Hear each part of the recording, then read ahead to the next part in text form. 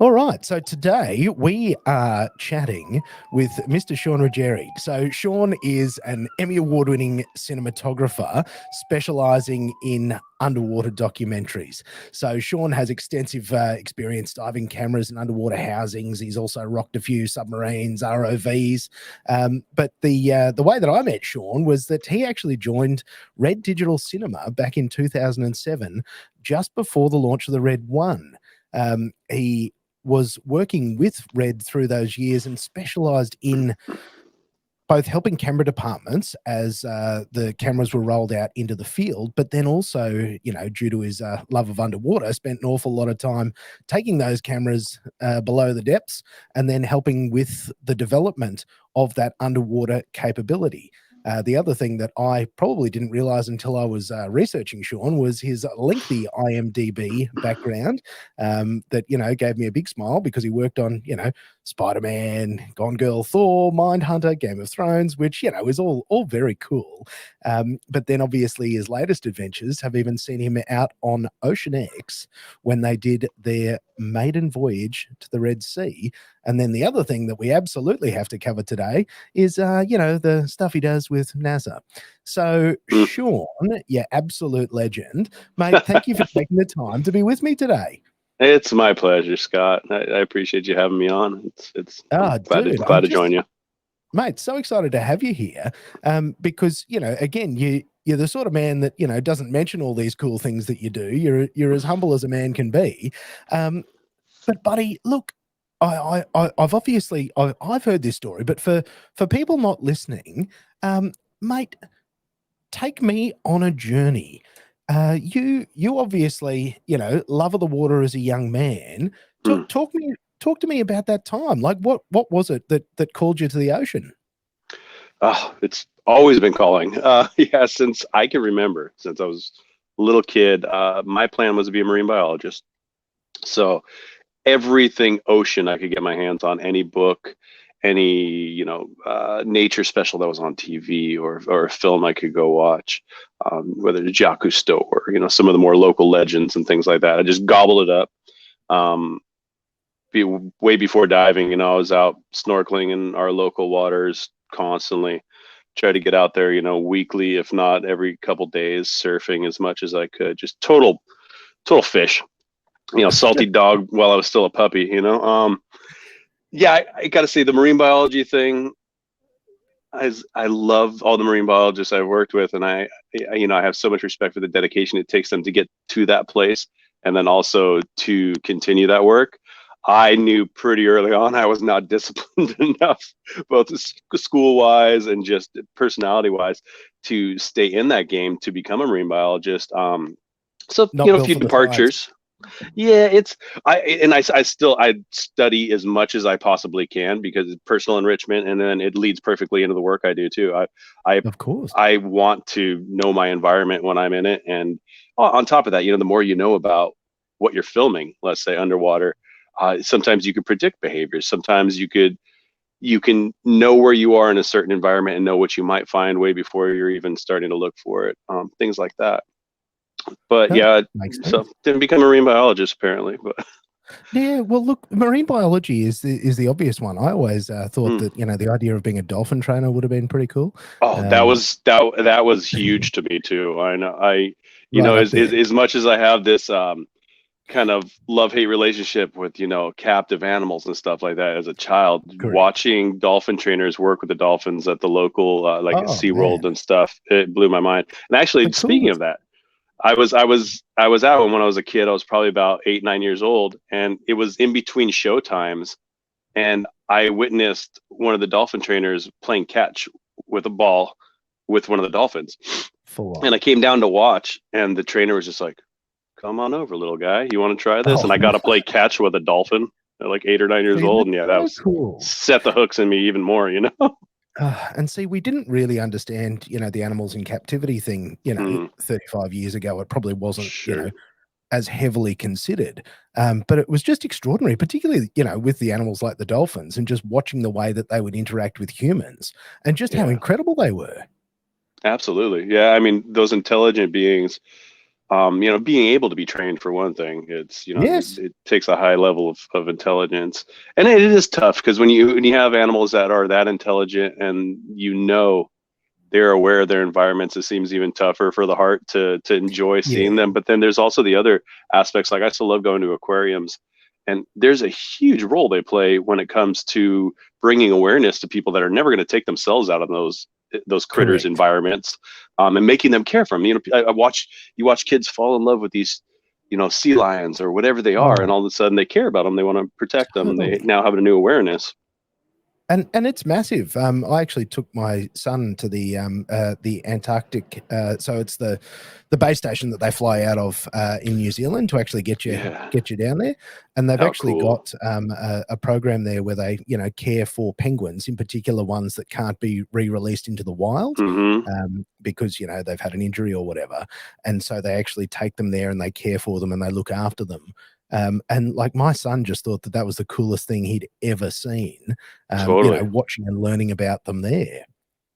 Yeah, that's what I love too. Yeah, all of our local aquariums that I know of, that's the majority of their focus. Of course they want to present these animals to the public and teach them about them, but it's usually a rescue and rehabilitation and hopefully release Yeah. back into the wild Oh, type of thing. And then some of absolutely. them that are never going to be able to make it back in the wild, then they end up living there and No. getting And they fat and give them happy. they're made fat and happy. They give them the best life. There's no predators. Like they're just having the best time of their lives. They've won the Yeah, yeah. and it's Couch really potato nice, I life. guess. Yeah, well, it's really changed, hasn't it? In that sense that Right. it is now about rescue and rehabilitation, whereas it probably was just more entertainment based back when we were young Mm-hmm. fellas. True. Now, obviously, so the ocean spoke to you, but how did you end up taking pictures?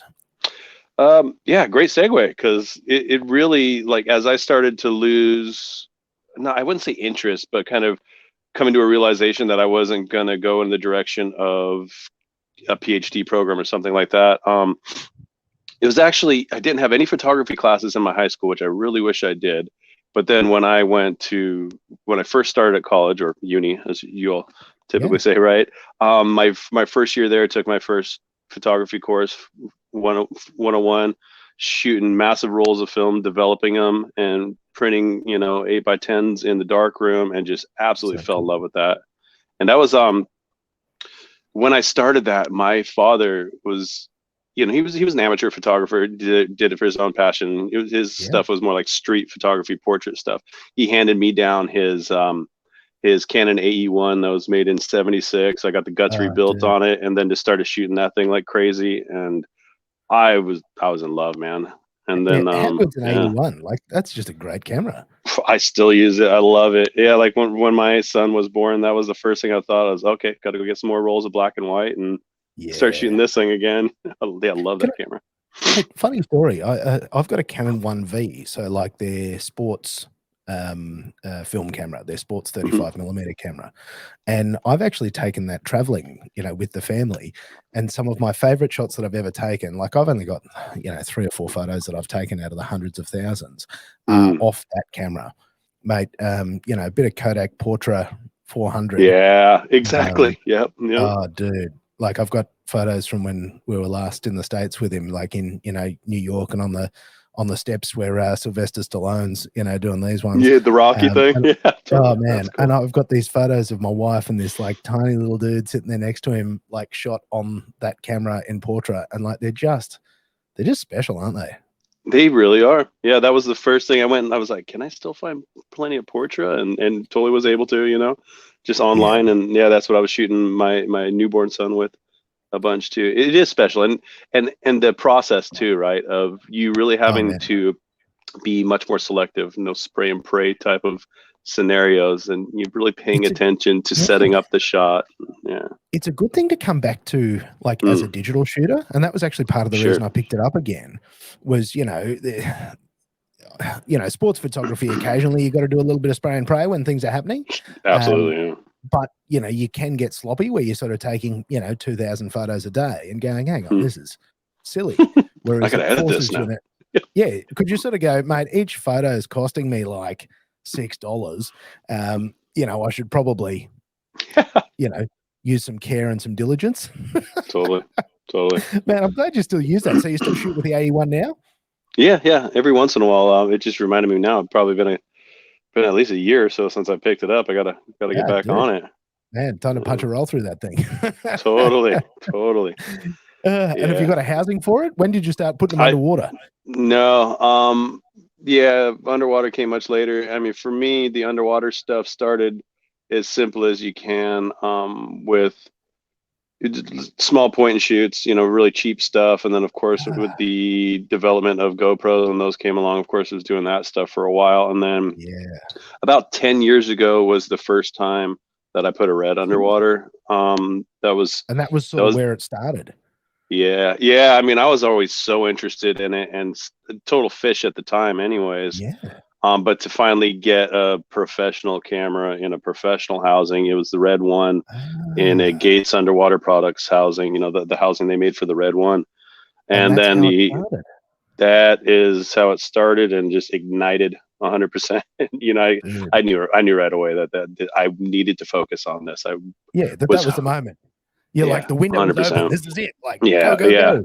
Now the window's Because like, open. I'm jumping through it and trying to fly like man, Superman. If I fall, I fall, but I'm that's just gonna keep because going. that's a time I really want to talk to you about. Because I sort Mm. of went, I've gone and stalked all the way back to your start of your Facebook photos, Okay. to go back and have a look. And one of the photos I did see was a shot of you on the red one the day before it was shipped to customers. Mm.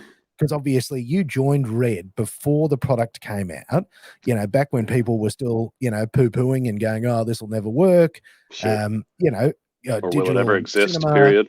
how Hmm. stupid, who are these idiots? Some Yeah. bloke that makes sunglasses thinks he can build a video camera. Good luck, champ.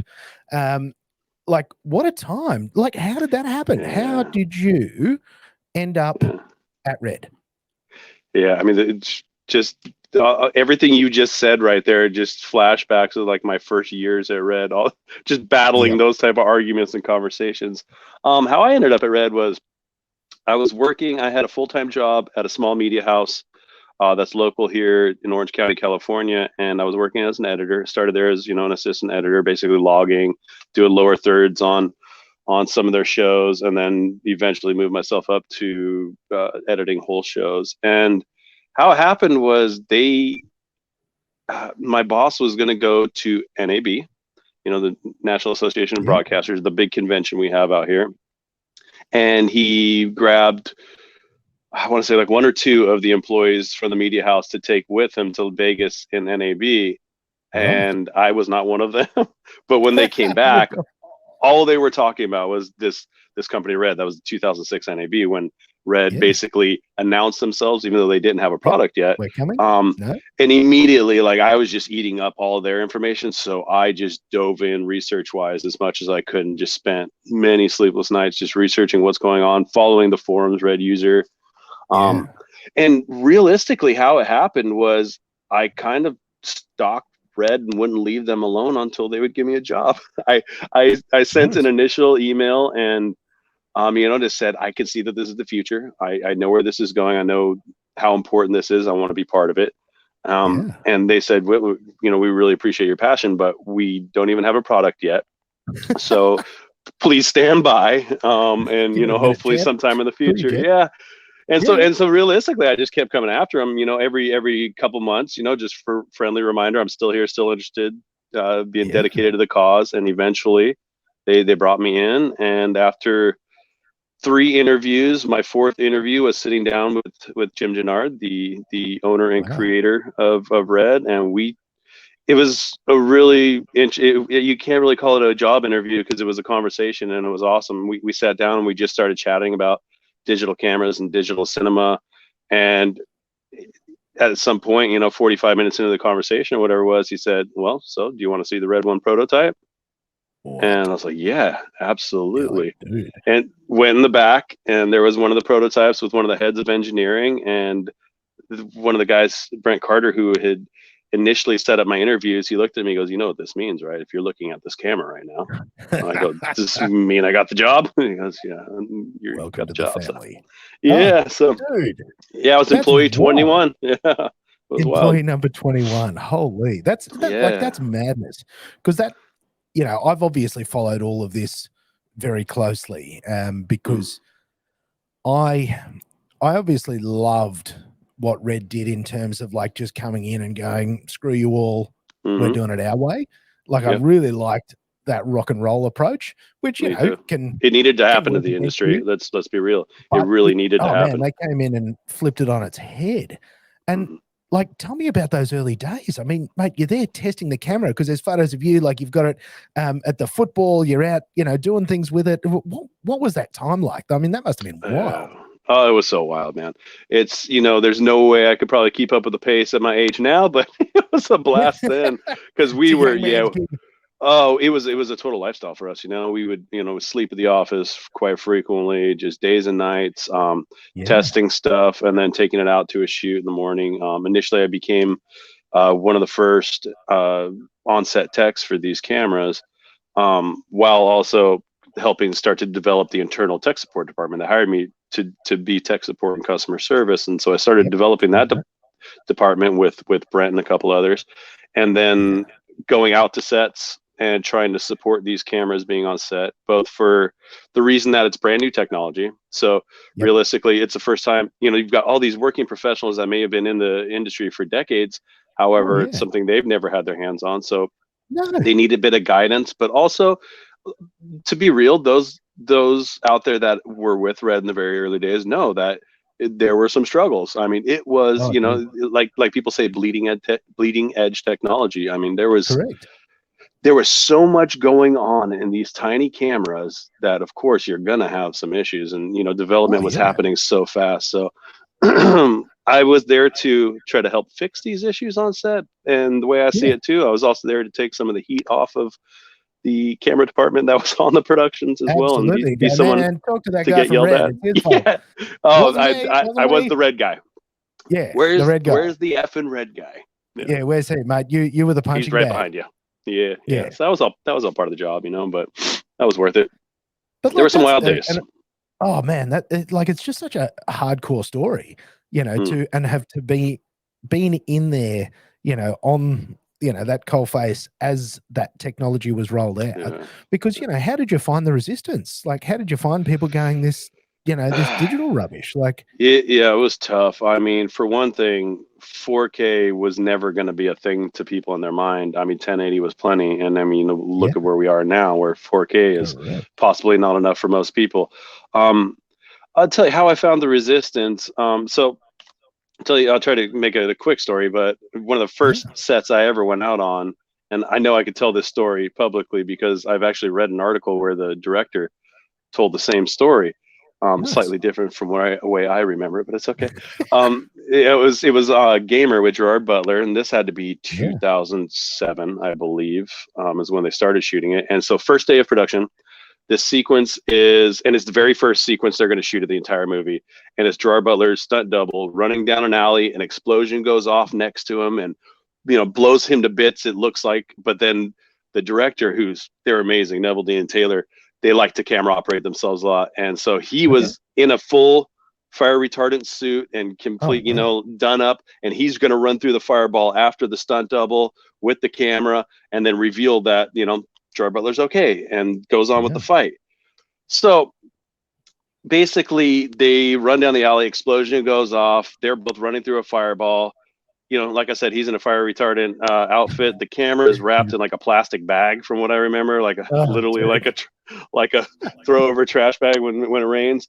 Camera Ugh. cuts off during the explosion. So Oh no. immediately there's panic and like, wait a minute, it can't take the Oh, concussion of things like this. This entire oh, movie, if you've ever seen it, the entire movie is explosions, gunfights, and things like that. So if dude. this camera can't take this, it's not going to work. Let's do it again. Runs through the explosion, cuts off. They do it a third time, it cuts off again. If I'm remembering the amount of times, and basically Yeah. the producers came to me right then and said, "Okay, so this is the thing. We're going to break for lunch. You need to look at your camera, figure out what's going on with it. We're going to try this one more time after lunch. If that camera fails again, we're pulling the 435s off of the truck, and this film is now going to be shot on film. And one of the Yikes. first major movies for Red is not going to Oh be shot on Red no. anymore." I'd No already pressure. Yeah, no pressure, no pressure at all. I mean, dude, there's a reason why I have so much gray hair of what hair is Oh, left. But dude. but I already had voiced my concern in what I thought it was, and it Yeah. didn't seem like it wanted to be listened to. But long story short is back then with Red Ones, if anybody remembers them, there was also a side record button right here. And I was saying Ah, that I think that's smashing against the operator's face when the explosion's going off. So ah, basically, we put a bunch of gaff tape over that thing at lunchtime. They came back, they shot it one more time. The camera didn't cut out because that side record button was taped not over, getting hit. and they watched playback, and everybody just uproar cheering, "Oh my god, it's beautiful, it looks so great." Oh God. And yeah, so the movie went on being shot on red. That night we popped off all the side record buttons, which leads to later on Wow. a development in the camera software where you can go into the menus and disable that side record button. Of So the course. trial by fire R&D is really what it was, Oh, right? Like you're figuring out dude. how to develop these things in the middle of a war zone, kind of. Do you know all you've done there is you've gone on to confirm that gaff tape does indeed fix everything, Yes, mate. absolutely, What would we absolutely. do without gaff tape and zip ties? That's the truth. Oh, dude, That, that is actually ridiculous. I mean, because that's the sort of stuff. I mean, that's pressure when it's just your set and mm, something's playing up. But when it's yeah, your technology on a Hollywood film, and everybody's looking at you like people want you to fail in yeah, the early days. Like they don't want to see the very young true. upstart get up. Yeah, They very want true. their poo pooing to come true for God knows what reason. Yeah, Like I mean, that's most just people just couldn't, brutal. just wanted the excuses to be able to make it go away and go back to doing Yeah, things the way digital they sucks. used We to. want film. Yeah, and Oh man. and so I love like the ongoing early quotes and things that Jim, the founder, would always say is, Mm, that we all knew that digital was going to end up taking over film. Maybe not absolutely. entirely, but it was going to take Yeah, over a lot of the industry. So for a big part. one of his main missions was to give it a respectful replacement. Not saying that, Yeah, okay, 1080, 24p, that's going to be sufficient and that's a great replacement for how this beautiful 35 millimeter plus film has trained correct. us to see cinema our whole lives. So the Yeah, whole point was, well, if it's going to happen, let's make it happen beautifully. Let's give it yeah. a proper next step. And see, that is a lovely way because my understanding of Jim, again, not somebody I've met personally, but from things I've read that he's written, is he's obviously a very passionate photographer, cinematographer himself, Yeah, and he really did do his best to translate all of that into the company that he founded. Like that sort of formed the ethos, didn't it? absolutely. Yeah. Yeah. I mean, he's a really talented photographer, and a lot of people didn't know it, but a lot of the ad campaigns for Oakley, he shot them himself, both stills and motion campaigns.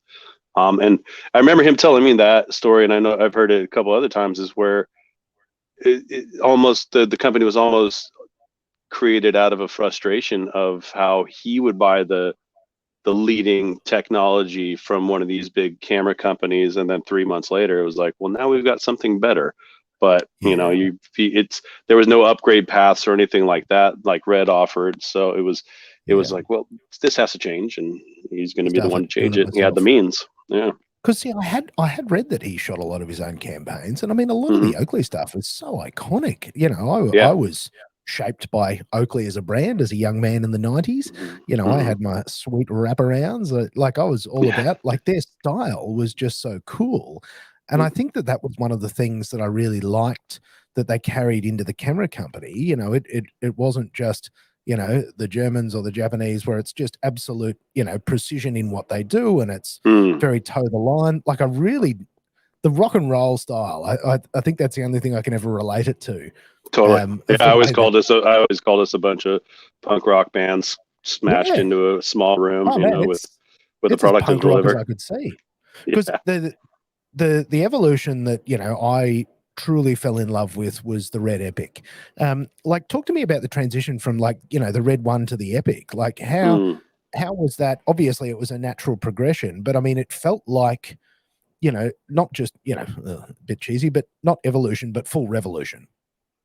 sure. Yeah, I mean, it was a big jump. I just know when it came to internally with development wise, without me, just saying anything I shouldn't, but Yeah. things were really focused on trying to make everything smaller, of course, more Yes. efficient, but also even better quality. That was never going to be a sacrifice. It was always, let's up the ante when it comes to the quality of what we can deliver, but how Mm, can we make this smaller, and even cheaper at times too, right?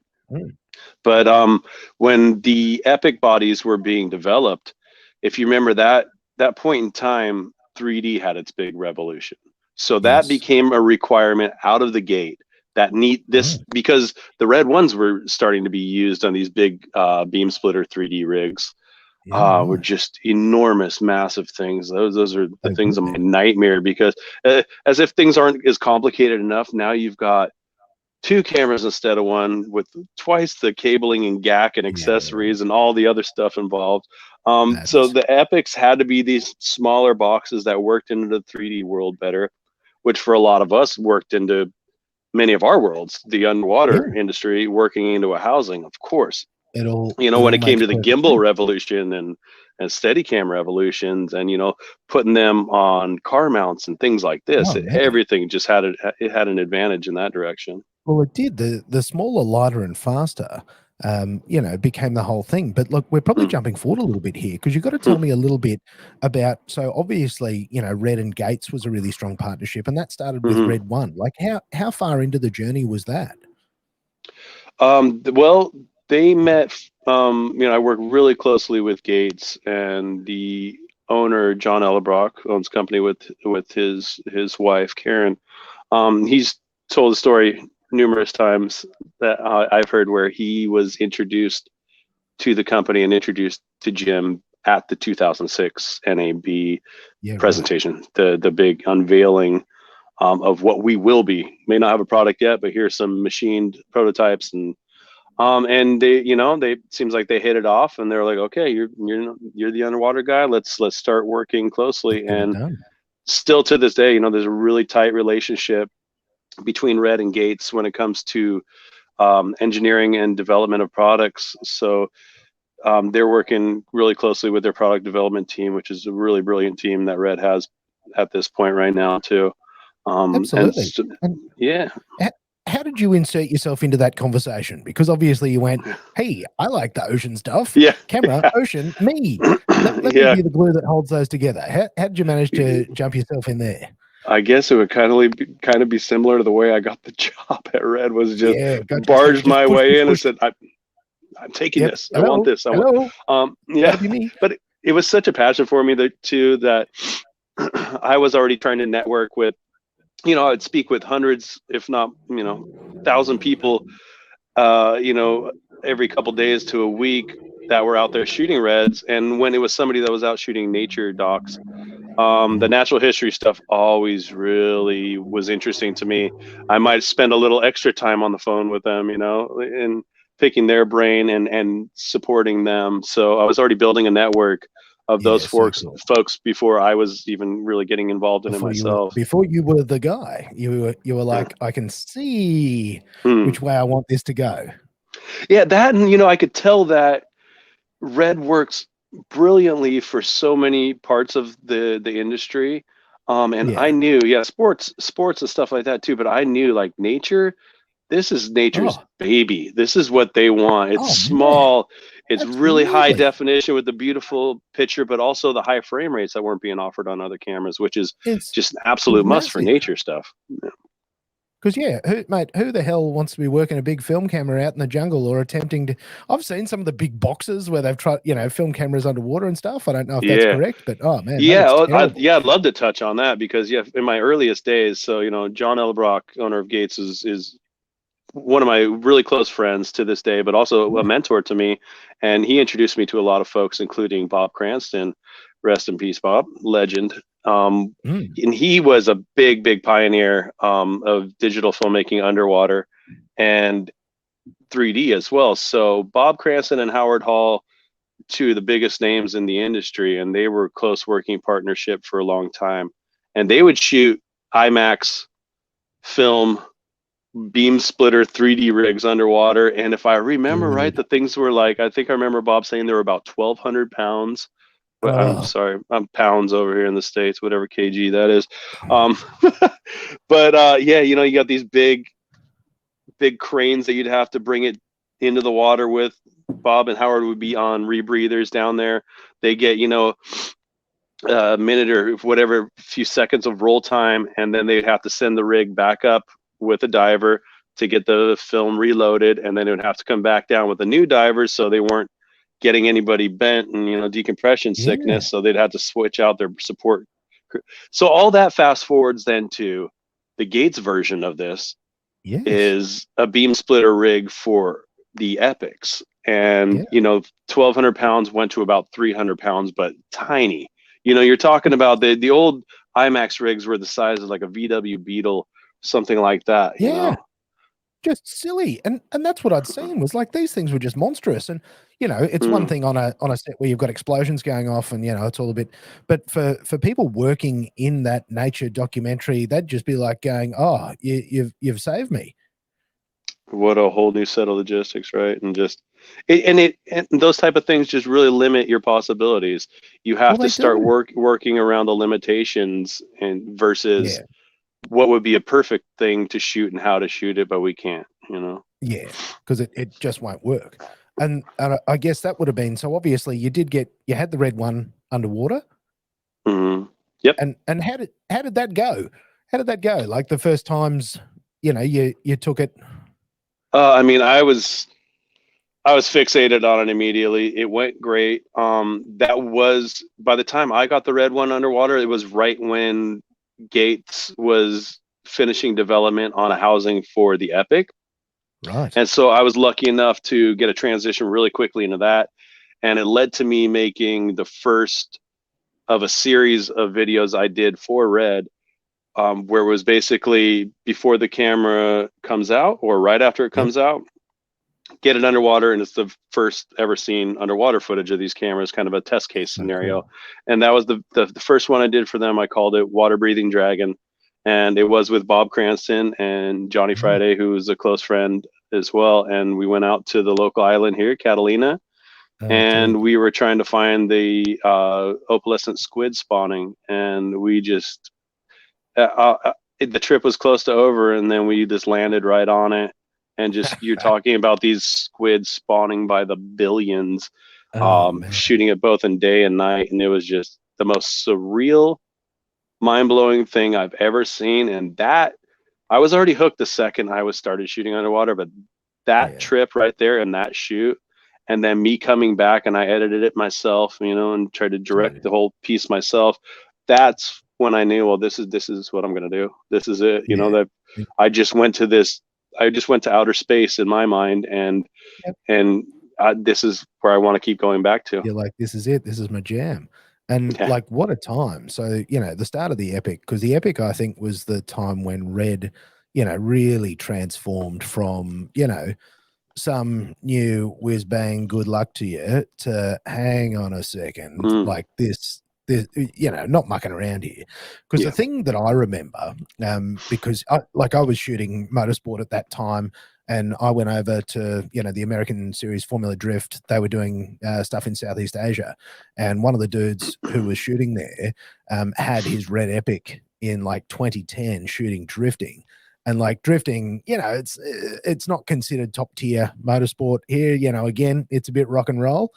And like I Mm, remember watching him work and watching the footage that camera produced, and you know, I'm just there banging around with my stills camera, and I remember looking at that tiny little camera package and then what he was producing with it, and going, mm. man, you know, one day, like That's one it. day.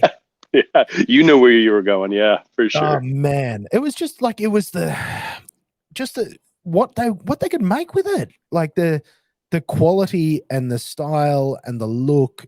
It was just like nothing I'd ever seen. And Mm, having, you know, again, having a small camera package that was like portable, but also just the highest quality, you know, you could achieve. Because you think about like an Alexa back then. I mean, man, it was like a Besser block with a lens on the front of it. mm. Like Yeah, that is not something that you'd take to the local drift track to film some cars, you know, at high frame rate, sure, sure. you know, blazing past you at 100K an hour. all Like good for that the was, typical shoulder mount, but yeah, I mean, it became a whole new oh style of yeah, shooting where people did this kind of right to the chest and yeah, the that type of handheld, thing and where you, the yeah, you hand, get it in there, and yeah, yeah, you're in with the action, but you're in there, with a cinema camera. And that was mm, when I remember like Red Bull started, shooting stuff with it, and they were doing like extreme sports stuff with it. And this was probably closer to 2012 or thereabouts. And like hmm I just remember seeing like wild stuff being done. It was all still, a little bit out there in traditional land, but I've never been super interested in traditional land. I've always yeah, liked, that bleeding edge stuff and where that goes, because that would have been yes, when, man. in terms of your work on sets, where it was being, because what was it? Spider-Man was 2012-ish, wasn't it, or thereabouts? Was that Epics or Oh God, it all trying to bleeds remember? together. It was epics, yeah. It was it was Yeah, actually one of the, I want to say it was before that because it was one of the very first shows the epics were on, and I mean this was the earliest days of development in them, and they immediately had to work on 3D beam splitter rigs, and there was constantly like four rigs working at once, if not more. yeah. That, yeah, I don't know how that didn't kill a lot of us, but myself and Nate Hart spent a lot of time on that set too, and we would basically go work 12, sometimes 14-hour days or whatever it was on set, and No, come dude. up with the list of maybe issues we saw, but a lot of times more so just things that need to be integrated into the software, things that need to Yeah. change, things that are just going to help the workflow on set. And as we're sending that in while we're on set, the engineers are developing this new software. We get done with our big long day on set, and then we go back to the lab, pop in the new Wow. firmware, and then retest the things we saw happening there, and try, and sleep never type of. Man, So speaking of Red Bull, there was a lot of Red Bulls that happened. that, but like Yeah, that's wild times. Like that really yeah, is. Like it's still, as I said, like that is young man's work. That is not totally. something, going from film sets to the lab Yeah, to back there was again. Man, there that was so is, much energy that was created though because we knew what we were doing too, and yeah. of course the pressure of the situation is going to keep you awake no Oh, matter what. But also, it was just absolutely. we all just had so much drive and passion for the company Yeah. that it was, Just it just to kept us make it going. work. Hmm Oh man. Like it just blows me away, hearing all these stories. Because as I sort of said, I was just a whippersnapper trying to find my feet. And obviously you're watching all these things from afar, that are going on. Now, with the R&D, I also saw that you were pivotal in assisting the development of the underwater OLPF. Oh yeah, Do you want to tell me a little bit about that? How that sort of came to be as you went sure. underwater and you went, oh, hang on a sec. Yeah, that was definitely an obsession for at least a few years, Yeah. and dove into a bunch of studies that were new to me. And I've mentioned it before, and love to mention again that I had the guidance of some really smart people out there, like Dave Blackham from Esprit Films, and John Shaw over in your neck of the woods. Okay. He's an Aussie, and these folks were already doing the early work that was leading me in the right direction of what we were trying to Right. solve was, especially with the Dragon sensor in Epic, you ended up getting a UV cross contamination in Right. blue water, or it's when you're shooting underwater, everything changes. And one of the most important things is as you go deeper, after you are a couple meters deep, there's zero red light left from the spectrum. It's filtered out by the water. And Yeah, as you go right. deeper and deeper, right, the different colors of the spectrum disappear.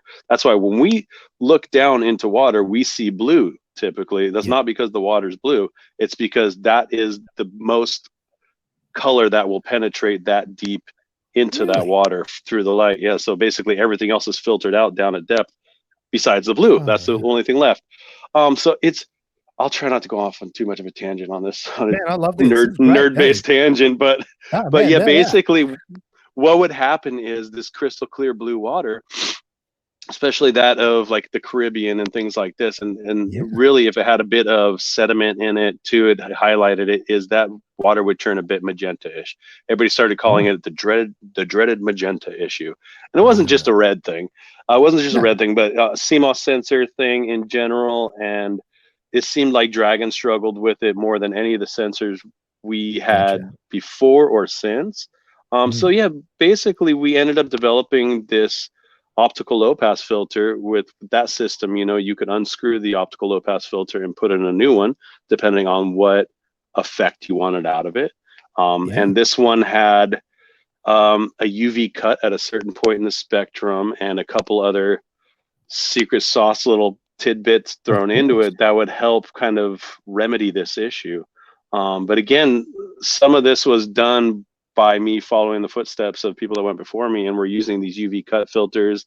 I would Yeah. start, I would, it was terrible, terrible part of the job where Red had to send me out to Cayman Islands to go on a dive trip Oh, for a week. And mate. I would sample Because these I mean, that's different the only place you filters. can test. I mean, you can't do this in the swimming pool, can you? Yeah, no, not at all. You It you got to had to be be in situ. done.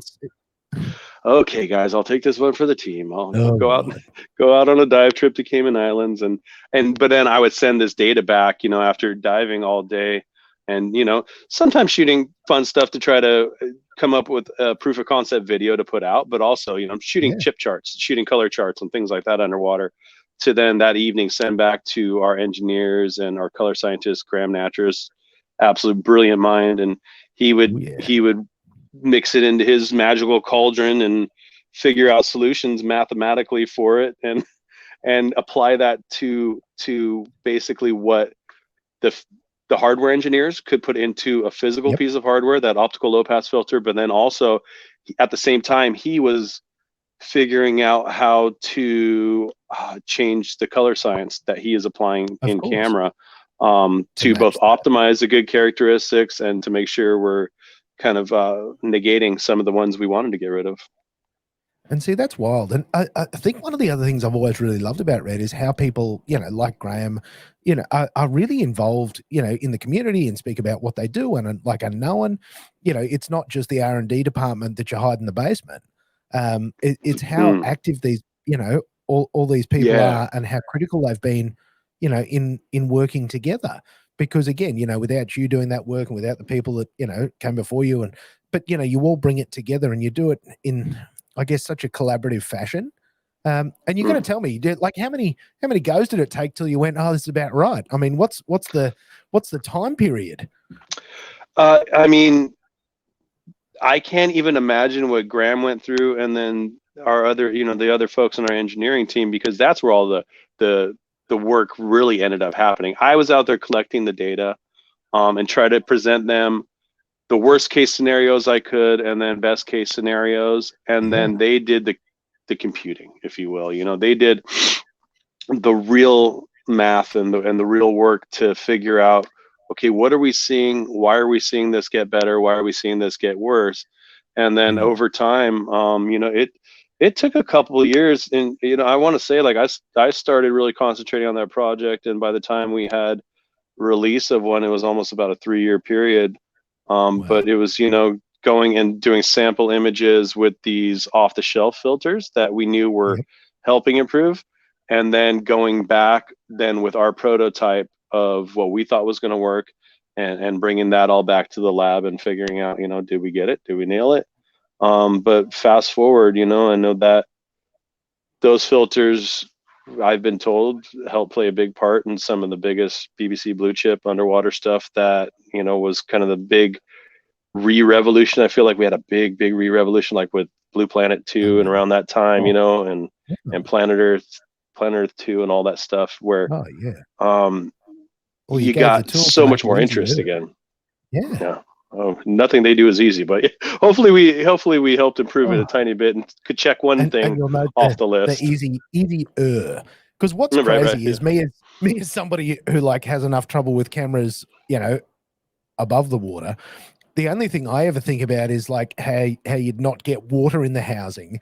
That's like I, Mm. I never think about anything beyond that because I look at Yeah. going putting this thing in a housing, then taking it underwater, and I'm like, dude, if it gets like 2 drops in there, it's game over. So Yeah. I've never really even gone into the depths because I'm too scared to even, Yeah. unless it's a GoPro and like you've bought the housing for it. I'm like, look, I can do with if I burn $500, it doesn't really matter.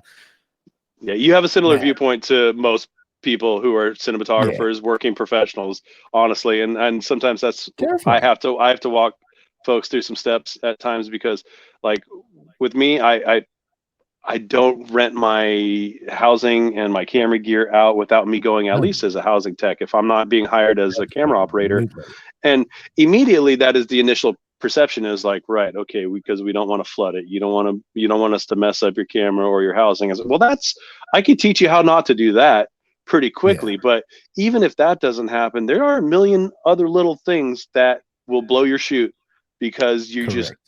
haven't done this over and over and you haven't gone through the Yeah, trial and errors. you don't have the And experience, yeah. and that's, as you said, it's that baptism of fire where you've just done so much of it where things have gone wrong, and you've gone, I know a workaround.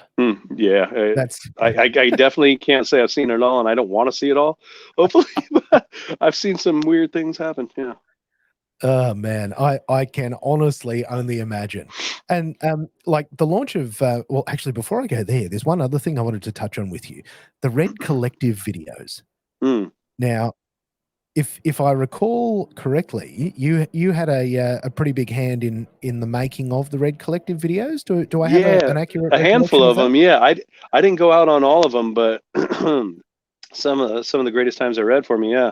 Um, the first one I did with the crew was Brandy Casagrande. We did. I believe that was the first Yeah. one I did with them. Then we did one on Paul Nicklin, and then we did one on who we called the Wilds, Shannon and Russ. Yep. And yeah, that one we went to. We spent a week in Komodo National Park out in Indonesia filming Komodo dragons, and then spent the next week in Borneo, um, optically hunting orangutan. And yeah, So that cool. it was definitely one of the most grueling, hard shoots. Like dirtiest, gnarliest, nastiest, most uncomfortable thing ever, and greatest time ever too. At the same time, it was such a Always. fun shoot, but a lot of grueling environments, but it was a blast. Yeah, and it's beautiful too. Mate, it is, because I've got to tell you, like, as somebody that was, just getting serious about, taking part in that ecosystem, those Red Collective videos in particular, like, mate, they were a massive inspiration to me in those early days.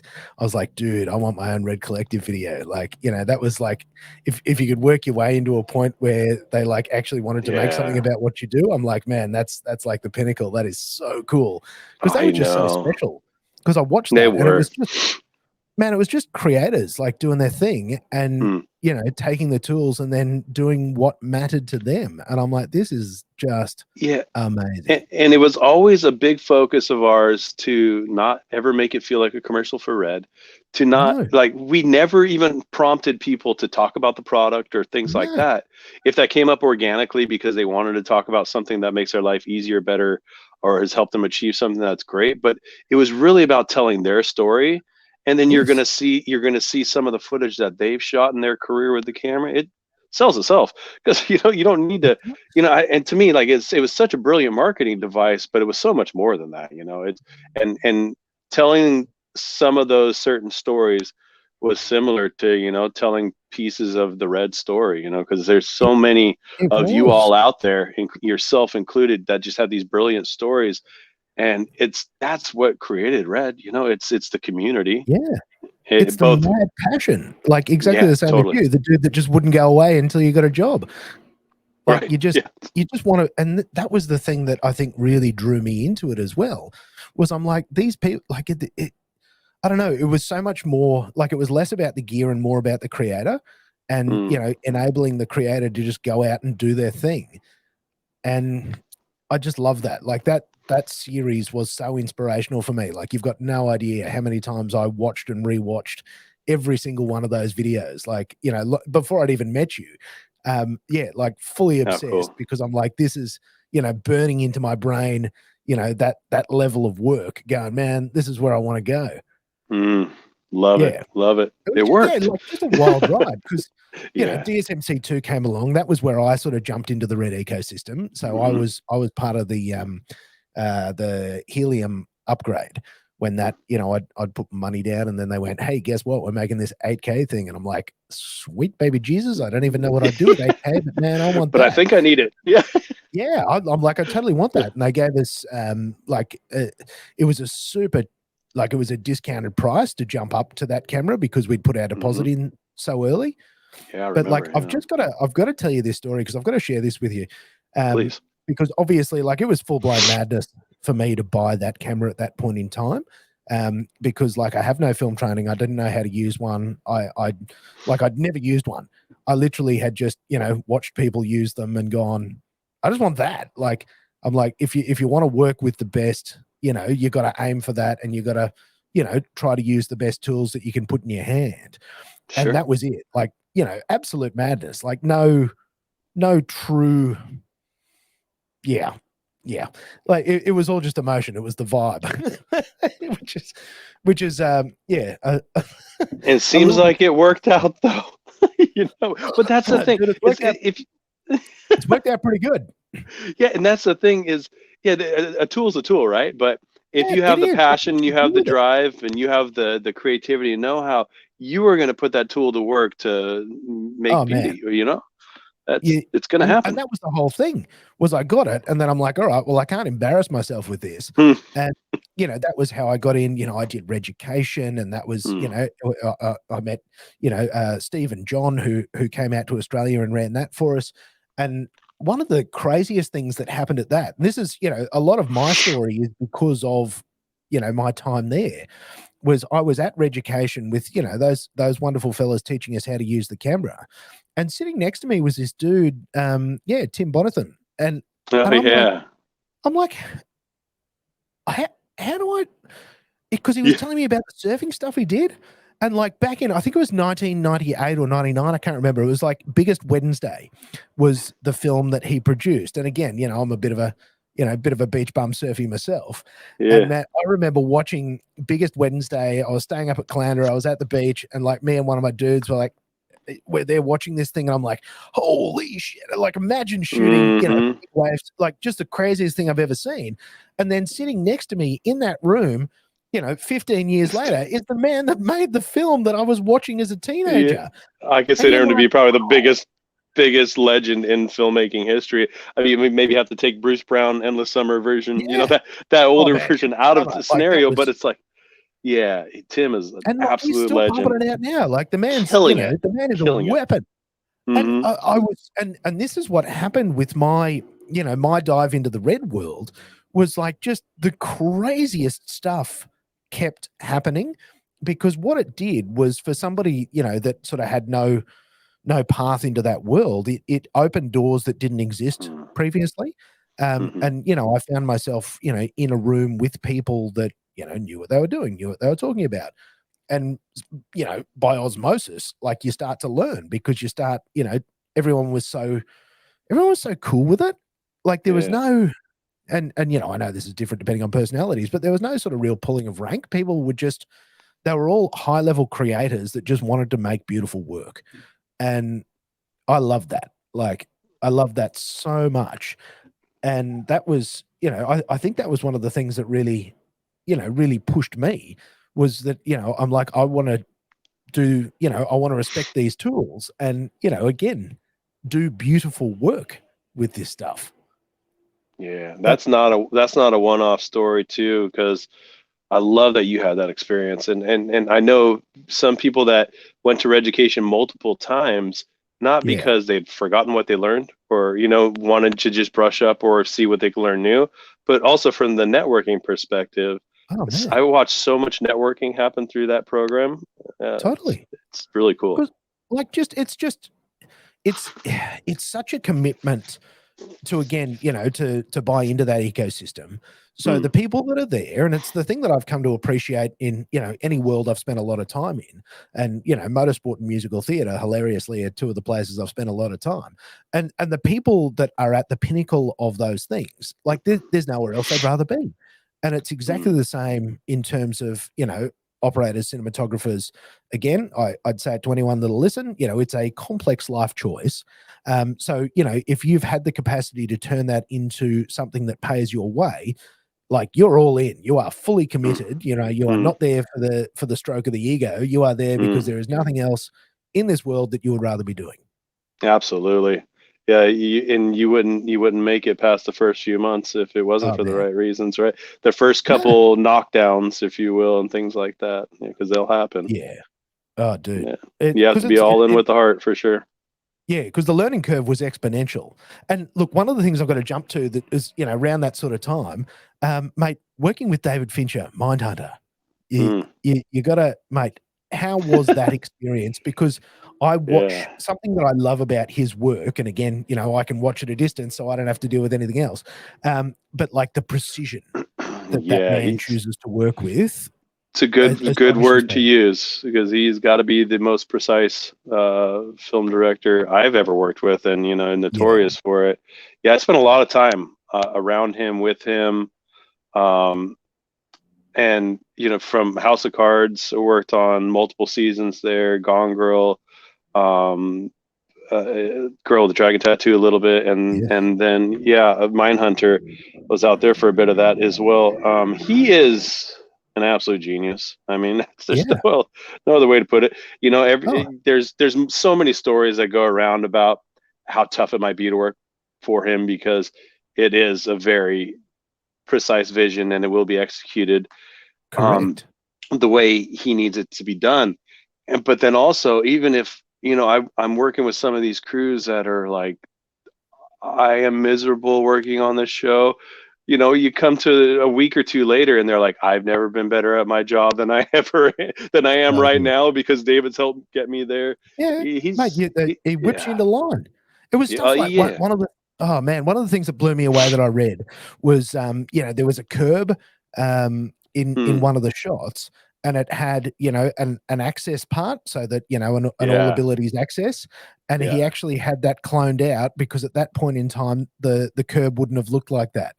Yeah, because of Disability Act. The ADA is what we Yeah. call it in America, the Disability Act, where basically now every sidewalk has to have some kind Yes. of ramp going down for wheelchair access. And that's the thing. Maybe some folks would never even think about that, but even if they thought No. about it, they're like, well, I'm not going to change that. How much time No. and money is that going What to a pain in the spend? But ass. that's every single aspect of something. But there's something truly special about him because his his vision is so precise, but also it's so well thought out all the way down the line to where like somebody Yeah. could ask him the most random question because something just changed, something fell over or something broke or the lighting just changed and a major decision needs to happen. And anybody else, they'd be like, David, this happened, what do we do about this? And anybody else would have to look at it, process, okay, let me think. He has an answer immediately. It's like I watched him do that Amazing. multiple times where somebody would ask him a question and no matter how complex the situation, he would fire off an answer so immediately that you just knew everything is so well thought out and precise Yeah. in his vision and how he wants everything executed that he doesn't have to think about anything. It comes natural. And that's Yeah, just the he's a crazy. wizard. Yeah, and I think that that's the best bit about, getting to be around these sort of people is getting to watch their work and watch their style and watch how Mm, they, watch what influences them and watch what drives them. And that sure. was where I also had to ask you about, you're obviously involved on set with Game of Thrones, and you got to tell me a little bit about what it was like to be part of, I mean, that's modern day epic, modern day, just Totally is. phenomenal storytelling. That was Yeah. real game changing stuff. I mean, that's like when The Sopranos came out or The Wire or, like Yeah. beautiful long form, just gorgeous. And then, that obviously took it up to a whole other level. Like what stood out to you being part of that? I mean, the part I was out there for was one of their biggest scenes, and I can never remember the episode, but it's basically where the White Walkers and the Wildlings and everybody clash and fight, and it's the biggest battle scene of the entire series. Yeah. Um, the episode's just slipping my mind right now, but it was one of the most intense on-set environments I've ever been in. It was great. I was there for multiple reasons. They wanted to use my water housing, and so I was teching the water housing for them, Yeah. building some things into it to make it work the way they wanted to. And but then on top of that, at that point it was a mixed bag of what cameras they were using. But that at that point they started really starting to heavily go towards putting a lot of reds on set. And then for Yes. this giant battle scene, I mean, they had, gosh, I wish I could remember the accurate number, but I want to say it was like 17 um, read epics on set, on the Wow. cranes, people running, people dressed in full costume, so they're part of the Yeah. battle scene. But what you can't see is Oh, they've but with actually got a camera in their hand, so oh, there's the dude. POV style stuff like that. It was gnarly. Yeah, I mean, to say the least. We watched somebody, I gotta say, almost die, where there's a point in the battle scene where all the wildlings are going and running off this dock and jumping into this big boat to try to escape, and these boats are made out of real legit timber that they look like they could weigh a ton, they at Yeah. least.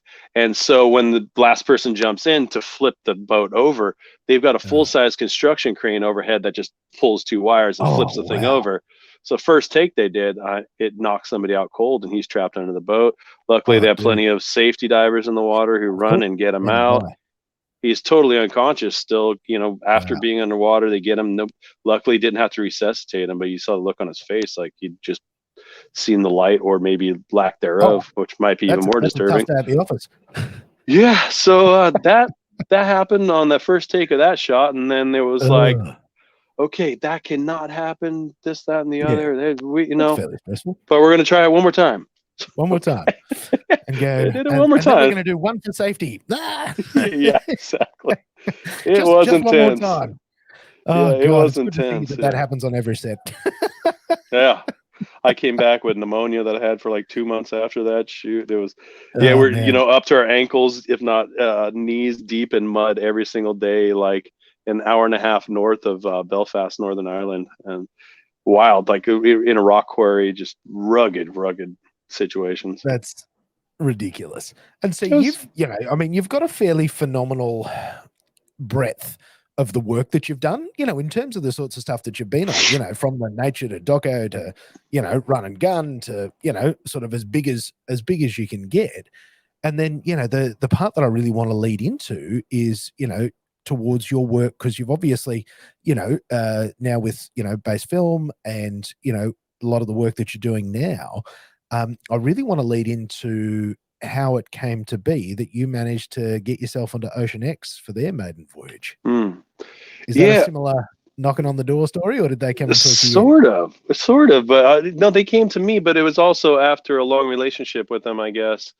Um, Before Ocean X existed, it was Aleutian Productions, which, Yeah. if you've seen Blue Planet 2, the opening episode where David Attenborough is standing out on the front of a beautiful research vessel, that was the Aleutian.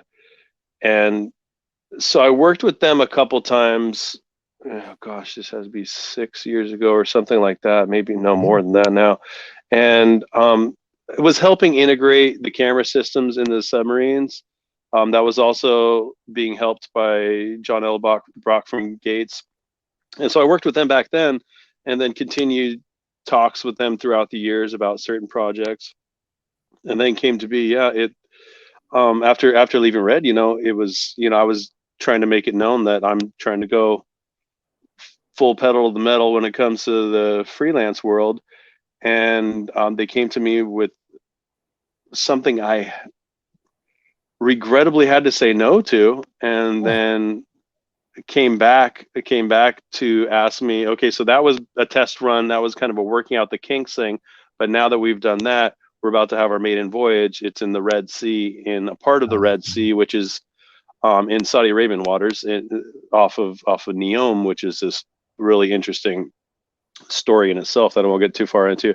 But it's it's ocean area that has been inaccessible, let's say, to Yeah. science, to outsiders up until this time, and they were trying to open it up and allow science to come in and do research and allow us to document this.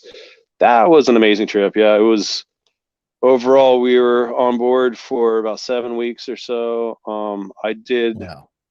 I did like 43 days of diving, scuba Wow. diving, where I was probably doing 2 to sometimes 4 dives a day.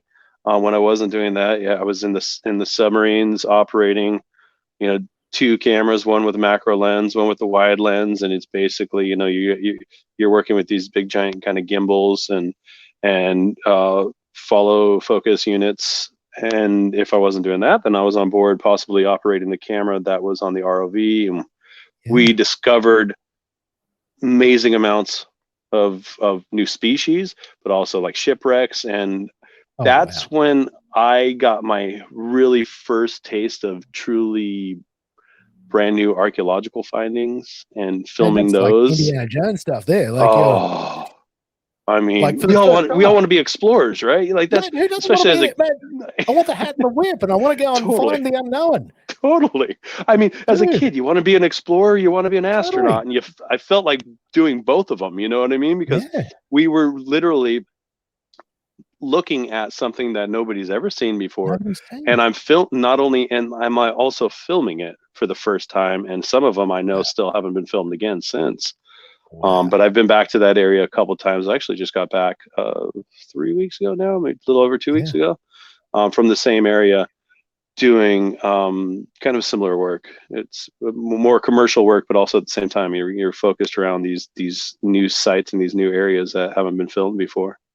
Oh man, that like, and I can only imagine, like the buzz on the ship, each time, Mm. there's a because how many people are on board? Like, how big is the crew Oh on? boy. On Hundreds for sure, but I'm trying to just remember how many scientists there were, because yeah, I want to say there was like 40 something scientists. yeah, wow. I was the only underwater specific camera operator on board, which Right. was quite a treat and an amount of pressure as well. But Oh yeah. um, and Because who else do then you talk camera tech with? I mean, like that's, yeah, whenever we're on the yeah. job, all we do is we sit around and we talk cameras. Well, sure. And then there's some topside crews, and some of the big stories they were trying to tell were following the scientists and the research they were doing out Yeah. there. So you'd have some topside crew following them, Ah, and then cool. I would follow Oh, so them you still got someone underwater. to talk tech with. Yeah, That's important. yeah, shop talk. Yes, absolutely. Yeah, that's important. We still could nerd out, but yeah, it was incredible. Because it does, like that stuff that I've seen of, I've seen photos of you in the submersible and yeah, operating down under the water. Because I mean, how do you find like what's the transition between, when you're working obviously holding a housing to then work? Is it similar to like doing, helicopter work, or what's the Yeah. translation there? Yeah, definitely. Cameras mounted on the outside of a submarine feels a lot like helicopter work. Just Yeah, not as rapid. The gimbals and I love doing heli work too, like aerials and then like a nice shot of a yeah, rig. But that's mate, fast and that's reactive and killer. just Yeah. so smooth. Whereas the submarine stuff, the way we were doing it at the time, at least, it's typically you're framing your shot and then you're communicating with the sub pilot and letting the sub do a lot of the work. So Oh, right. whereas in aerial work, a lot of times we let the gimbal do the movement and the position, the panning and the tilting or whatever the planned shot is. Whereas a lot of times I would try to get ourselves framed where we are now, where we want to be, communicated with the sub pilot. And a lot of times we would let the sub do a lot of the motion work. Or Yeah, then if it right. was the macro stuff, a lot of times it was just trying to get the sub settled, sitting still, not scaring a critter, or Of working. we course. had we had lights that would come out on a retractable Yeah, track yeah. Out and off the things like that, side. and Yep. try to backlight pieces of coral. They discovered all kinds of new species of coral in the area, discovered some brine pools, shipwrecks, like I was saying, crazy stuff. Shipwrecks would be cool. Like when you see that under the mm. water, like that. Were you under? Were you There was when you there came was a across couple, those there was things? Or multiple times, yeah. wow, But without saying too much about one, it was no, of definitely one of course, the biggest archaeological finds we had. We saw the artifacts yeah, and we were filming the artifacts. And then when we went back down a second time, I kind of tried to follow the path of the artifacts. And then I saw the outline of a ship. I saw wow. the ship basically like a triangular Oh man, shape of a ship. And at this point, I'm still a little bit above it. I'm about 15, 20 meters above it. And I know that thing is probably at about, let's say 30 meters. And we're on nitrox, which is a mixed yeah, blend where it's a high amount of oxygen. So there's a certain point where you can't go deeper no, than your maximum operating depth, or else you yeah, get oxygen poisoning yeah, basically and die. quite bad. So I could tell that's pretty close to my MOD right there, but got down to it and got closer and could tell there were wood beams, and then found the anchor And Wow. at this point, I'm trying to communicate in hand signal, in very excited hand signals. You go, What I'd find totally, and I'm trying to say, like, as we were coming back up a little yeah, bit, trying to get out of that yeah, depth and start working towards the artifacts again. I'm trying to tell them, like, look, you look down here. You here, see the yeah, shape. You see yeah, the shape, there's and nobody got it until we got back on board, and I pulled up the footage, and they're like, yeah, look. like, Oh, whoa. there it is. Yes, that's a ship. Okay. But yeah, that was an amazing moment. That's just That was phenomenal. Like, wild. your other thing, you'd be down there going, mate, I hope I'm not like tripping balls down here because, Yeah. Well, especially maybe I've just come in you the get mist. I'm like, narcosis. oh, Yeah, am I seeing is it, things or is that yeah, like, is that what? yeah, yeah. Narcosis is often referred to as like being a little bit drunk. So yeah, you do kind of have to Yeah, question yourself. But correct. And going, am once I I seeing found the something or is, anchor, once I found the anchor, uh, you go, it was that look, it was a good personal moment. I'm like, okay, I'm okay. it's definitely an anchor. Yeah, Uh, yeah. now, look, one of the other things I've got to run past you is I am Excuse me. always Sorry. super impressed when you post photos of the work that you're doing in the big tanks with NASA. Oh, cool. Yeah, Like, that's yeah, man, the NASA stuff is just cool. I mean, that, you know, whenever I see that, and, obviously I know that there's so much that goes in, and, this is the highlight reel stuff, and there's so much that hmm. goes into making all this happen. But man, when I see those moments, I'm like, go, man, like, that is like rock and roll. That is so Uh, cool. you It's said it though. Yeah, imagining that phone call.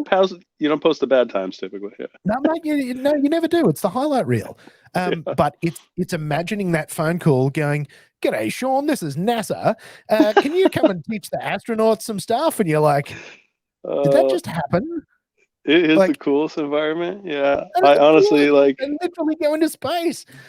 And I this try to is keep I try to keep yeah. myself You're in like, check and not get too yeah, just blown away by the moments just I find myself in, fanboy but all the stuff.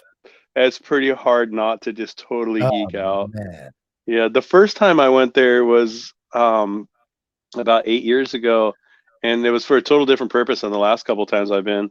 Um, where 8 years ago I was there to film for a documentary called "A Year in Space." It was produced by Time, yep, formerly Time Magazine. Um, they ended up selling it to PBS or however that works. It ended up winning an Emmy, which was really cool too. But that was the first time I was there, and we're filming Scott Kelly's last training sessions in the tank before he is right, about to leave for Kazakhstan, go get in yeah, quarantine, and then go into space for an entire year. First person to ever do it. And it just surreal does not work for a word.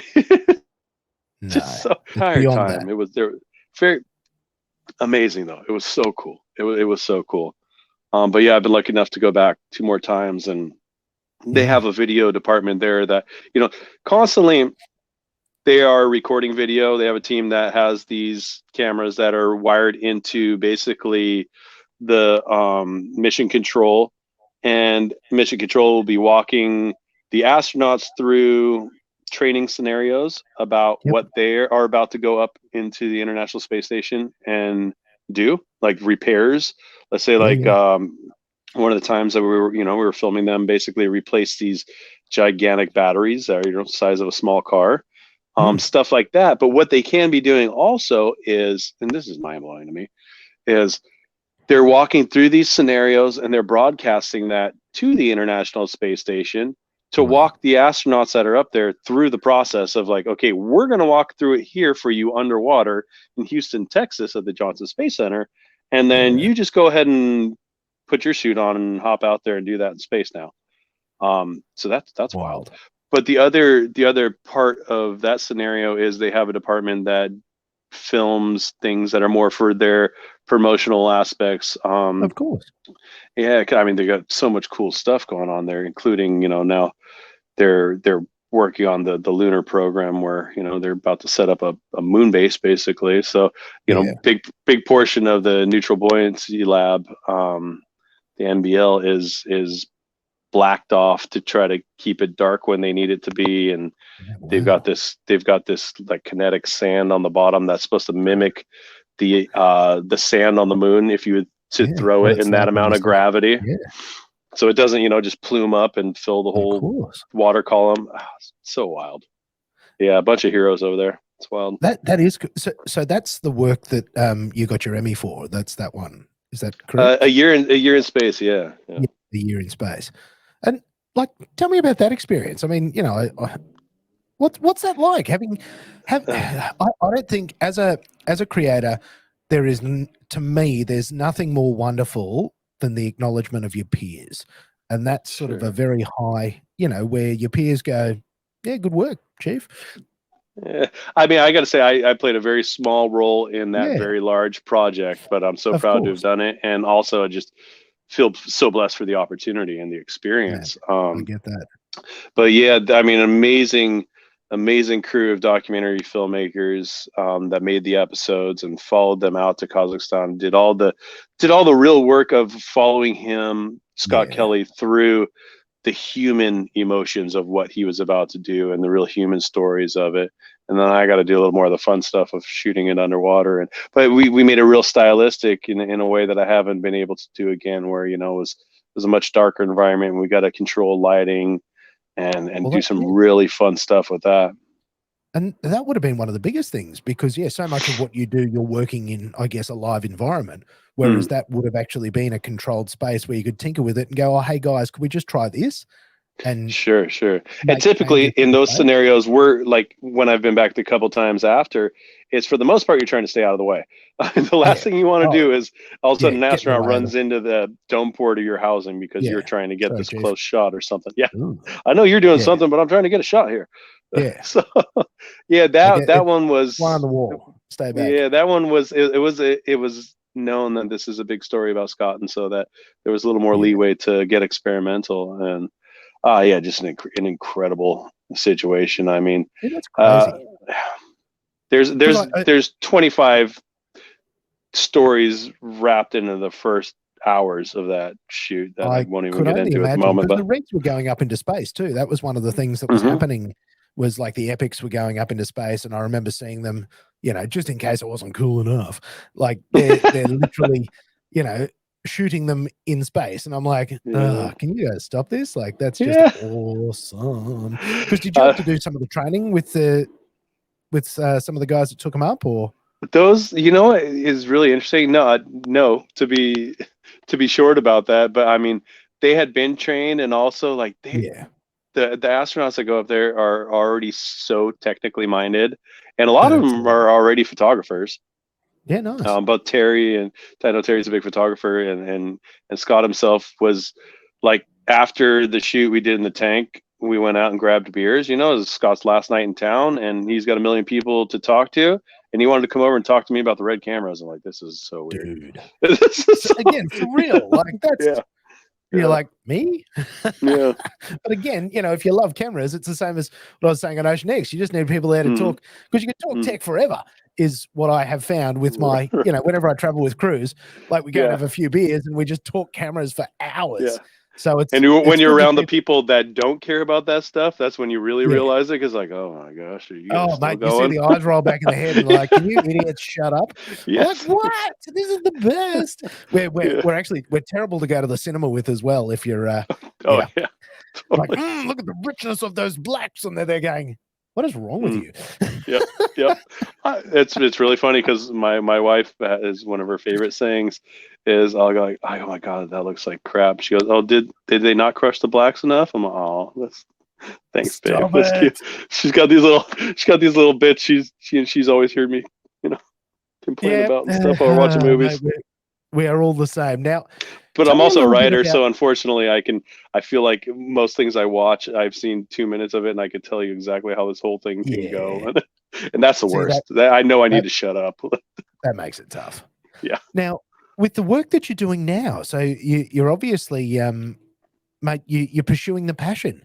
You've gone all in to indeed. doing your own thing. Yeah, indeed, man.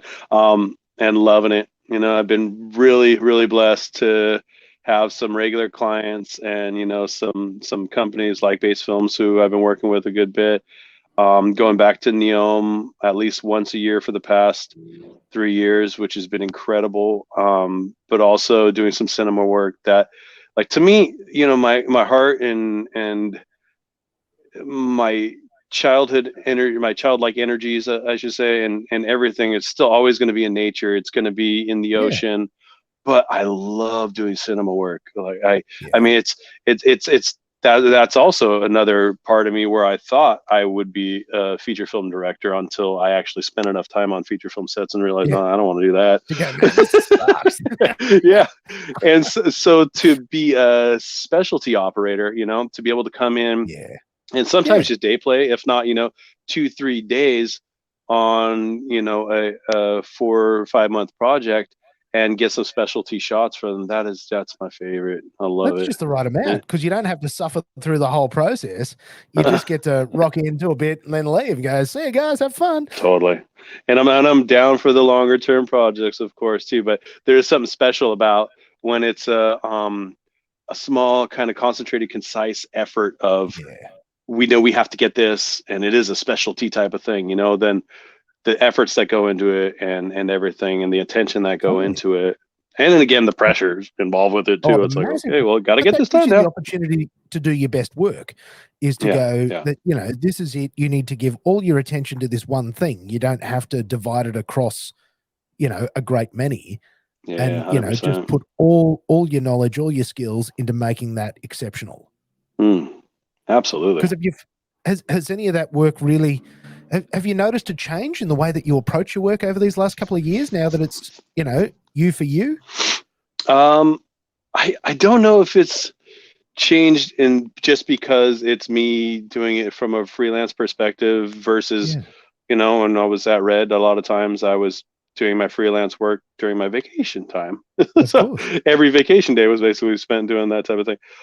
But my work has changed through my own progression, from my own experience, and what I've learned over time. 100%. You know, Yeah, it's always maturing. I want to say it's always progressing, and some of that also ends up happening way before you hit the water. You know, just my knowledge base is, I'm trying to constantly expand my knowledge base and training so that, you know, when somebody tells me, you know, there's this crazy scenario we want to shoot in this specific way, I could pre-plan on how to set it up for success versus try to guess and hopefully make it happen. Shooting the opening sequence to a movie, The Colony, which is yeah, on Netflix. That's the whole opening sequence is an underwater setup, and it was being shot on these Hawk anamorphics with a yeah. vintage 65, you know, full frame lenses, and there was only one set that existed in the entire world, Oh and they're wow. being used on this show. So there's no way I could test before I get out to Germany to shoot this or anything Oh like that. It was god. literally just trying to come in with what I could pre-plan, what Yeah, I have known, what questions I could ask to my peers and my mentors, and kind of totally. come in and make it all work. And somehow it did. but but it was, you know, there was, Yeah. you know, you're talking about just to physically make the thing fit. Yeah. There's not a millimeter left over of space in certain Oh, areas on the gears and things like that to make it all fit. But then just to make it fit is one thing. To make it optically perform properly, and correct. yeah, it's, so, you know, challenges like that are they're fun. So it's, you know, Yeah. it's that's the mental game of it all too, instead of just the physical Peak game. stress. Well, Oh and yeah. that is it, isn't it? It's that mental Mhm. preparation where you, and I'm sure you're the same, you know, where I'll spend, you know, whatever the job is, I'll spend days, weeks, months, you know, thinking through the job, thinking through, you know, and Absolutely. like even this stuff that I do here, like the amount of work you put into testing a setup, you know, just to make sure it works. And you go to bed thinking about it, going, oh, what if I did that cable? And what if I Yeah. split this? And what if I tried that? Like you just can't help yourself, can you? Like So there's, you you know, could be thinking about it for months, and those thoughts right there are definitely going to pop up the night before, especially the night before getting on an airplane or something like that. oh, totally. Because Yeah, you're trying to make absolutely. sure. Because this is one of the funniest things, and it's something I've actually never understood about myself. I'm actually like super forgetful and, you know, a bit of a shambles. But when it comes to like packing my kit, Mm, like I can remember like down to the screw what totally. is required because I Yeah. do like a mental build in my head. and then I'll lay it all out and then pack it all away. And I've never understood how I can have like such a photographic memory Yeah. when it comes to camera gear. I have never understood that. I'm exactly with you. Honestly, every trip I pack for, I kind of step back eventually, and I kind of blown away, like, whoa, how did that just happen? And it's Yeah, some of it is so automatic. I know I've yeah, already thought it out months in advance, and I've already sometimes done it before and been through it, even though some of the elements might change. But then I get everything perfectly packed, perfectly fit. There's not a millimeter yeah. to spare in this case, and I weigh it, and it's literally, a To the gram or gram. two underneath Yep, the that's the the weight one. allowance. I'm like, I got the scales. whoa, Yeah, yeah. It that's it amazing. blows. Yeah, Like I find that I find that endlessly weird yeah, having that super bizarre skill set that I don't have for yeah, anything else. Like yeah, yeah. it I can't doesn't apply it to very translate much to else in my life anything too. else in Yeah, my life yeah, totally. except when I pack, because and you'd be the same whenever you're doing international trips. Sometimes you have trouble with what you can take in and what you can fly and what you True. and I like it is so. I'm trying to actually think of an occasion where I've forgotten something, and Hmm. like I don't think I it know. exists. I second guess myself the whole way, but then I Yeah, once I'm there and I prep everything it's and set it it's all up there. and then I remind myself, I'm like, yeah, you made checklists and you've done this a million times, and you've Yeah, you you've a lot. you've had sleepless nights staying up thinking about these things already, so that's why. Correct. Whether we know it or not, we are constantly working on it and we're training ourselves. It's just, We I are think, kind of, yeah, because it it's is weird. obsessive, and it comes back to that point where I go, this is a terrible life choice. But if you're all in, if you're fully committed, it actually ends up being like the greatest adventures of your whole life. And Right. and this is the nice Very part true. is, and I've got to thank you for this because, you've played a very big part in that for me. In Ah. particular, how you managed to wrangle me into some of the red parties at when I Ah. was over there for Cinegear, and not too similar to yourself. I'm like, hey Sean, hey Sean, hey Sean, hey Sean, can you get me in? And Yeah, because I totally. I remember love it. I love it. the relentlessness, mate, when I want something. No, there was Um, there was yeah, there was never a doubt though. Hold on, I'm not going if no, he's not going. No, there, I'm not. I, Scott's I getting in. I'm getting in. I'm getting in because I remember watching like the year before I'd thought about going, and I remember watching a live stream. I think Jared was actually posting something, and he was letting off fireworks in the car Oh park. yeah. And Oh yeah. I was sitting in my lounge room at home with my wife, and I'm like, man, I could have been there watching this loose cannon, shoot fireworks. And then 12 months later, I was standing there watching that loose cannon, Yeah. shooting off fireworks at Red. And I'm like, man, In this is my person. dreams coming true. Yes. Like I'm literally Yes. living this dream. Yeah, that ended up becoming a tradition. Yeah. That Man, it's a was tradition. And then like the next year is and you see, I was, oh my God. And it was ending up chatting. It was the fact that I'd be there with all these people that I knew from the internet that, right. and I'd known from Red User and stuff that, like absolute just superstars of the game. And I'm there Mm, like having beers with them and talking shop totally. with them. And you're just there going, this is just crazy. Yeah, it's so, I mean, so cool professionally too from a networking standpoint, but not that any of us were thinking about that at the moment because we're No, just all coming together with like a similar spirit. And like you said too, we all kind of jumped in with Red and in digital cinema and in this industry in general with this kind totally. of this optimism of I'm gonna effing do it. It's just gonna Yeah, happen no matter what. it's just going to happen. Um, and so yeah, the vibes are all similar between everybody, It's and all it's the it's a same because you celebration have of to the be. vibe. Yeah, yeah. Well, good, to make something of yourself, in this industry, there's no other way. Mm, Like if you are not obsessive and relentless, with absolute singular focus, mm, like you won't do it. And I've watched people try to get into it and you can see the half-heartedness from them. mm, And mm. and they're the ones that, 12 months later are long gone. But Yeah, it's yeah, that, yeah, that yeah. that Fincher mindset where you're looking at the footpath going, no, no, no, no, no, no, no. That's the one. Indeed. Oh, now, look, my dude, I'm very conscious of your time. All But good. I just, if people want to follow you, follow your adventures, all the cool stuff you Mhm. do, if they want to, get you out on their next on their next big feature, how do we follow Mr. Sean Ruggeri around the internet? Love it. Thanks for the plug. Yeah, telepathyproductions.com is my website. Got some samples of my work. I'm so long overdue to sit down and finish a reel I've got to do. But telepathyproductions.com and Snap a Map on Instagram. Snap a map. I don't The stay as dude. active as I need to be on there nowadays, but yeah. You just got to post the cool stuff you do, but yeah, it takes so much time. Like when you got that dad life and the husband life and the self-employed life. I get you, man. That's it's hard work. What I'll do is I'll throw links to all those things. So if people want to find you and track you down and chat stupid things, then they can find you that way. But Sean, I'm so grateful, my man. When are we going to see you in Australia next? Have you anything on the cards? I got to get back. I don't yet, but I've got to get back. I miss you all over there. I just miss that beautiful land of yours. Mate, and I've got sooner or later. What's that? And there's some wrecks at Morton Island, like less than 60 minutes from. You've probably already dived them. Nope, have not. Man, well, when you come over next time, I'm going to take you over there and we're going diving on the wrecks. Love it. I love it. Yes. I appreciate your time too, Scott. Thanks so much for having me on, man. Dude, I am so stoked, mate. I'll thank you, Sean. This has been the most wonderful conversation, and I appreciate you, my friend. Thank you. And I will see you over there soon. I want some barbecue and beer and see your beautifully manicured lawn.